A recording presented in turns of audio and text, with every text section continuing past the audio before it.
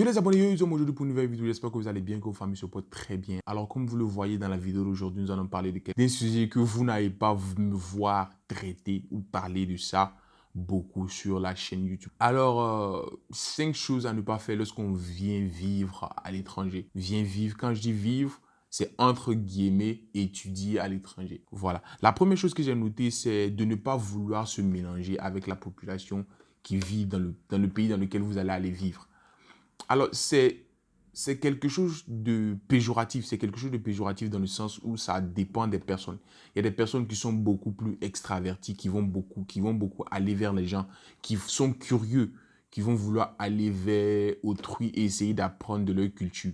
Mais il y a d'autres qui sont beaucoup plus réservés, par contre, voilà, qui ont besoin de cette distance-là, qui ont besoin de temps pour briser cette barrière-là entre eux et la population du pays dans lequel ils vont aller vivre. Et ça, c'est tout à fait normal, mais c'est des choses à ne pas faire. Si vous voulez vous intégrer rapidement dans un pays, c'est des choses à ne pas faire. Alors, la deuxième chose aussi que j'ai notée, c'est de ne pas faire l'effort de l'intégration. Alors, lorsque vous allez vivre à l'étranger, c'est d'abord ce qui va vous brusquer le plus, c'est l'écart de culture entre le pays dans lequel vous venez, de le pays d'où vous venez et le pays dans lequel vous partez. Alors, cet écart-là peut être drastique. Si vous venez d'un pays laïque et vous partez d'un pays musulman, cet écart-là peut être très grand. Mais c'est à vous de ne pas avoir peur. Pour moi, la première chose que tu dois mettre dans ton esprit quand tu vas vivre à l'étranger, c'est d'abord l'intégration avant tout.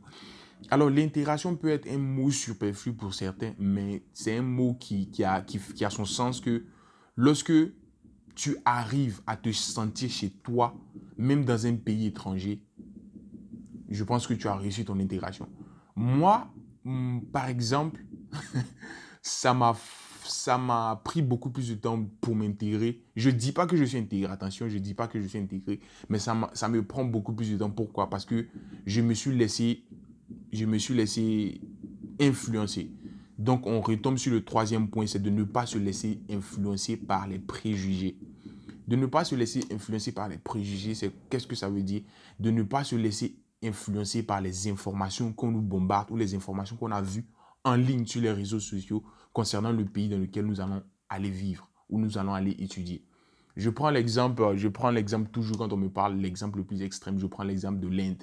Beaucoup de gens critiquent l'Inde, l'Inde est ceci, l'Inde est cela, l'Inde est comme ça. Donc, vous allez avoir une appréhension quand vous allez vouloir aller dans ce pays-là. Et vous serez automatiquement bloqué dans votre esprit parce que tout ce que les gens vous ont dit ou tout ce que vous avez appris sur les réseaux sociaux, c'est que ça que vous allez voir en fait. Vu que c'est ça que votre subconscient est bloqué dessus, c'est que ça vous allez voir. Si on vous a dit peut-être, je sais pas, la ville est sale par exemple. Je ne dis pas que c'est le cas, attention. Voilà, c'est d'abord, j'ai dit dès le début de la vidéo que c'est de la vulgarisation qu'on fait. J'ai pris un exemple.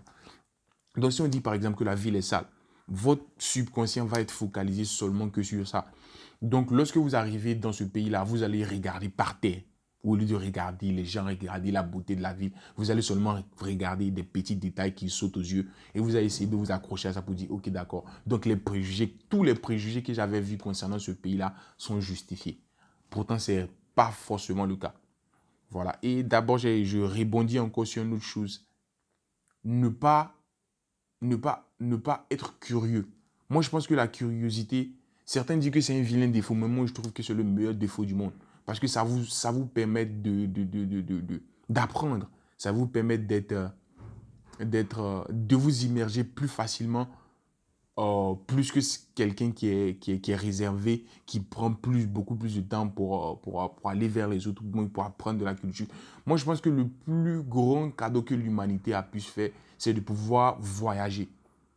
Donc, être curieux, être voyageur, avoir l'esprit voyageur et être curieux, c'est vraiment quelque chose de très important. Parce que quand vous êtes curieux, vous avez l'envie d'apprendre. Vous avez l'envie d'apprendre et ce métissage et ce brassage de culture-là vous rend un individu, un individu assez polyvalent. C'est-à-dire que vous allez avoir beaucoup plus de facilité à comprendre les réalités du terrain, les réalités de là où vous vivez. Voilà, de votre nouveau lieu de vie en quelque sorte. C'est-à-dire le pays dans lequel vous venez d'aménager. Et un dernier point que j'aimerais aussi souligner, c'est ne surtout pas rester avec les gens de sa communauté. Quand je dis avec les gens de sa communauté, je parle les gens de ta nationalité ou bien les gens de la même couleur de... Bon, quand je dis la même couleur de peau que toi, c'est entre guillemets. Parce que c'est beaucoup plus aberrant chez nous les Noirs. Quand je dis les Noirs, voilà, chez nous les Africains. Parce qu'on se... déjà, on est... on a une identité remarquable qui est assez aberrante, c'est-à-dire qu'on a la peau de couleur. Donc, ce qui fait que quand on est dans la rue, on ne voit que nous. Voilà. Donc, du coup, quand on est tout le temps ensemble, ça donne une mauvaise image. Ça donne une mauvaise image. Les gens ont dit, vous refusez de vous intégrer. Vous refusez de vous intégrer. Ça revient au point que nous avons vu auparavant. C'est-à-dire, ne surtout pas chercher à rester tout le temps avec les gens de sa communauté, aller vers les autres et essayer d'apprendre d'autres cultures. Même des gens qui ne sont pas d'ici, des gens qui viennent aussi d'ailleurs, essayer de communiquer, essayer d'apprendre envers les autres. Parce que c'est en essayant de connaître les gens qu'on se découvre soi-même. Parce qu'il y a un dicton qui dit « Montre-moi avec qui tu marches et je te dirai qui tu es ». Voilà. La plus grande chose que j'aimerais insister dessus, j'insiste dessus. Si vous êtes nouveau dans un pays, allez vers les autres. Allez vers les autres. Ne restez toujours pas avec les gens du même pays que vous. Allez vers les autres. Communiquez. Prenez leur numéro. Même si vous ne devenez pas leur ami, au moins posez-les les questions sur les réalités du terrain, sur comment ça se passe, la monnaie, tout ça, tout ça. Alors, voilà, c'était une vidéo rapide sur un sujet que j'aurais aimé effleurer. Donc, je pense que c'est fait.